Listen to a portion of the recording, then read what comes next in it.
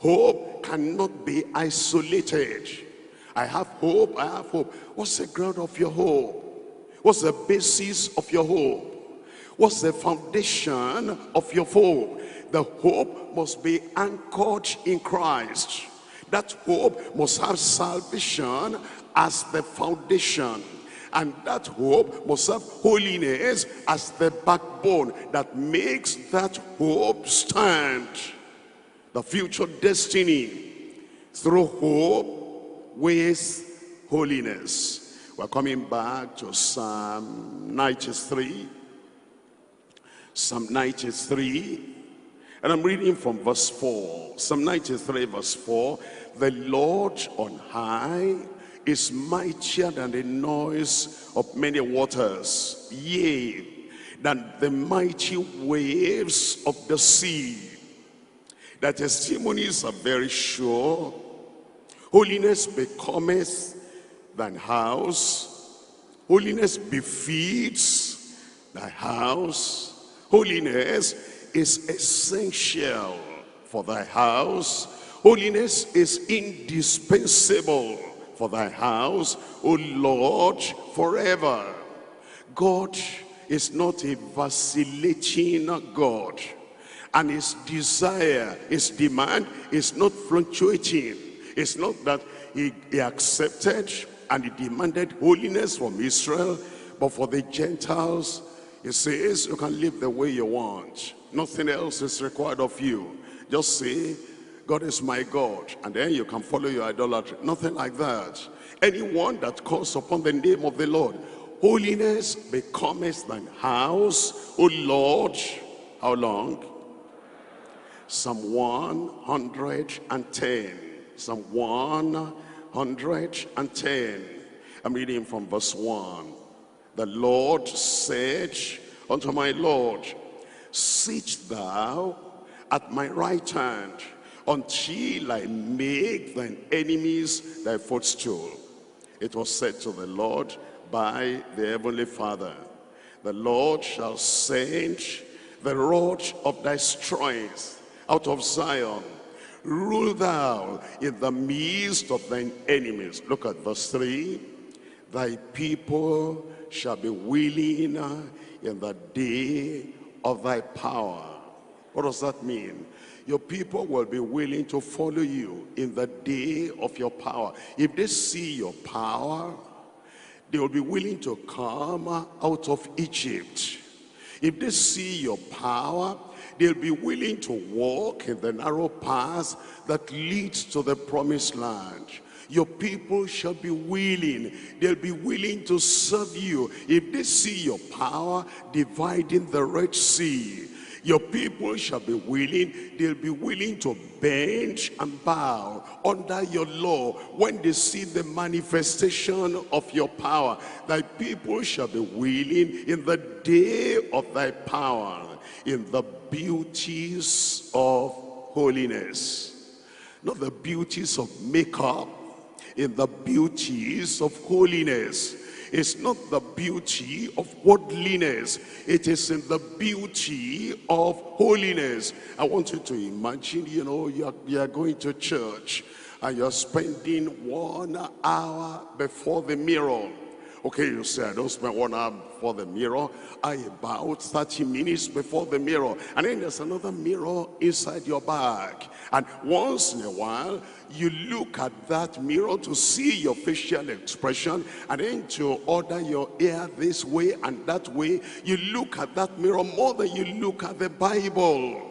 And it says, what God is interested in is not the beauty we'll catch on the mirror. It is the beauty of holiness. And if you, whatever beauty you have, if holiness is not in your heart, God does not recognize that beauty. It says, in the beauties of holiness from the womb of the morning, thou hast the dew of thy youth. Isaiah chapter 33. And here I'm reading from verse 14. Isaiah chapter 33. And we're reading from verse 14. Here in verse 14 of Isaiah chapter 33, the sinners in Zion are afraid. Zion? How could there be sinners in Zion? You remember when David committed adultery, was living in Zion, was in Zion? And you remember all those people that live around the palace of the king. When he sent them, go and bring that woman, those who are running errands of defilement, errands of sinfulness. They were living in Zion. There are sinners that may be at the very center of the sanctuary. The hypocrites. If they die in that condition, as sinners in Zion, as sinners in the temple, as sinners in the tabernacle of the Lord, when the judgment of God comes, they'll be afraid. Fearfulness has surprised the hypocrites. Who among us shall dwell with the devouring fire? Who among us shall dwell with everlasting burnings? But now he turns around and he talks about those who are holy and those who are righteous. And he says in verse 15, he that walketh righteously, walketh. It's not something I do it retreat time, and then when I get back home, I go back to my sinful self. Not at all. He that walketh righteously, consistent walking, daily walking, moment by moment walking in righteousness, and speaketh uprightly. Does not say something out and there's nothing in the heart. Does not tell you something and then you are running with that thing, and he's looking at you and shaking his head and saying, I pity the man. Look at what I told him. He didn't know that I just told him that, and he's running already. You know, when a believer tells you something, he says to the believer, you cannot run with it. How about that? It tells you something, you cannot build on it. It tells you something, you cannot stake your life on it. A believer told me this, and I'm willing to stake my life on that. And then the so-called believer is looking at you and shaking his head. He said, this one is dumb. This one is, is senseless, because I told him that he took you for your word. He's such a believer. If you're a believer, you will speak the truth in your mouth. You're not believing a life of expediency. This is expedient.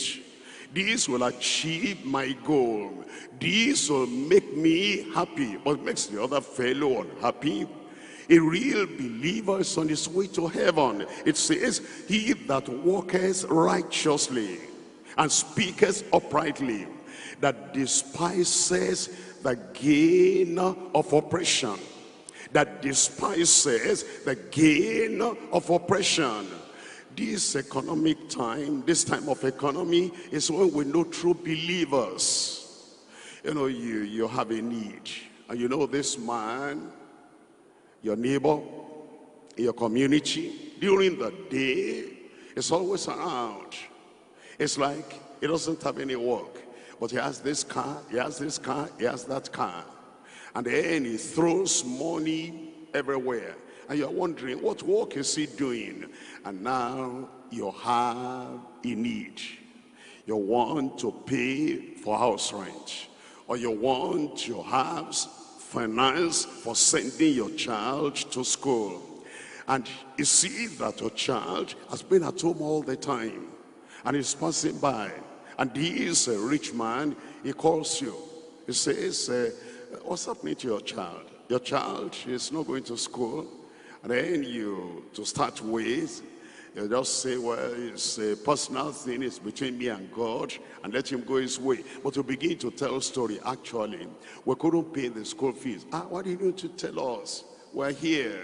We're neighbors. Love your neighbor as yourself. And this man that he doesn't have a regular work he's doing. How is he getting his riches? There are so-called believers that will not think of that, and they get thousands of naira, millions from people that are of dubious character. If we're going to get to heaven, all that we repent of. We're building a church, and then somebody says, Pastor, I started coming to the church, and I hear what you say. I won't say I'm born again yet. I won't say I, give a pass mark to everything you say. Pastor, you're a peculiar man. There are things you say that, other pastors don't say. But in any case, I've been coming to the church, and they say they need money. And I'm surprised, people give. I suppose what they're giving is not enough. And then we still hear announcements. Pastor, between you and I have a lot of money. And I can write up this project just like that. One check, I cover everything. And you say, you don't understand. This thing will cost us billions. He says, Pastor, I know. I've done it for that church. I've done it for that church. And here I am now. And I'm willing to give, even if it's 2 billion, 3 billion. He wants to put it on record. Out of the money I stole, I gave Deeper Life 3 billion. And then there are people God provides through a thief, through a robber, through a rogue, through somebody stealing from other people, or through people who are killing others so they can make money. If you want to get to heaven, or want to build sanctuary, when the rapture takes place, we're not going to take that sanctuary with us to heaven. Beautiful building, good building. And if you soil your hand, if you destroy your life, if you backslide, I want to succeed as a pastor. And you cannot succeed without money. And they're coming, they're bringing the money. The money that closes your mouth. And you cannot talk anymore against crime, against corruption. That money will take heaven from you. We're near heaven. We're near the coming of the Lord. Nothing will take heaven from me. I thought the church will say amen.